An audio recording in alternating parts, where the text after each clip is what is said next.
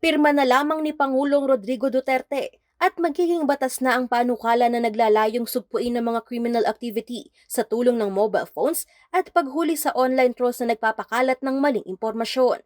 Ito'y matapos ratipikahan ng Senado at House of Representatives nitong Miyerkules ang Bicameral Conference Committee report sa panukalang SIM Card Registration Act.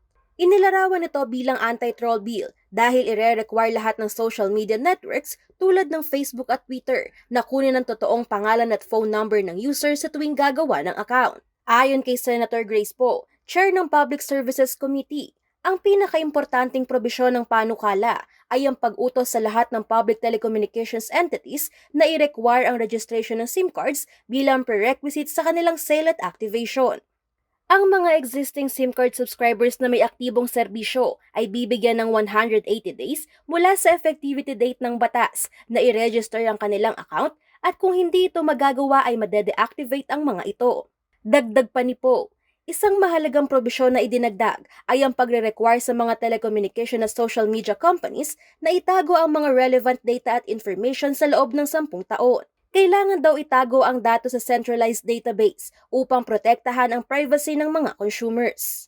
Anumang impormasyong makukuha sa registration process ay hindi maaaring i-disclose sa kahit sino man, maliban na lang kung kakailanganin ng disclosure bilang pagtugon sa utos ng korte o iba pang legal process o kaya naman ay may written consent ng subscriber. Sa bahagi naman ni Senate Minority Leader Franklin Drilon, hinahanapan niya ng paraan upang maisama sa probisyon ang pagre-require na gamitin ang totoong pangalan ng users upang mapalakas ang laban sa online trolls at cyber libel. Paliwanag pa niya, ang amendment ay magbibigay sa mga biktima ng fake news, online harassment at cyber libel ng legal recourse at proteksyon laban sa mga nagtatago gamit ang mga fictitious na pangalan o anonymity. Ayon kay Drilon, dahil sa mga bagong probisyon na ito, maiiwasan ang paggawa ng anonymous accounts online. Ang batas na ito rin daw ang hudyat ng pagtatapos ng troll era na nagre-resulta ng dibisyon sa mga Pilipino.